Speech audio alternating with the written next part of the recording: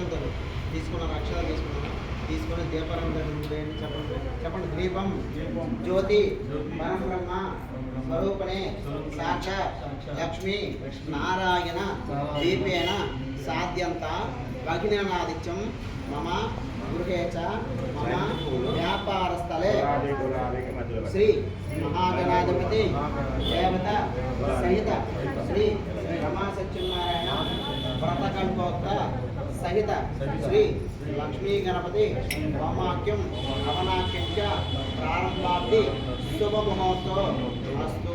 అయ్యా, ఈరోజు మీరు చేయబోయే కార్యక్రమం అంతా కూడా దిగ్విజయంగా జరగాలి.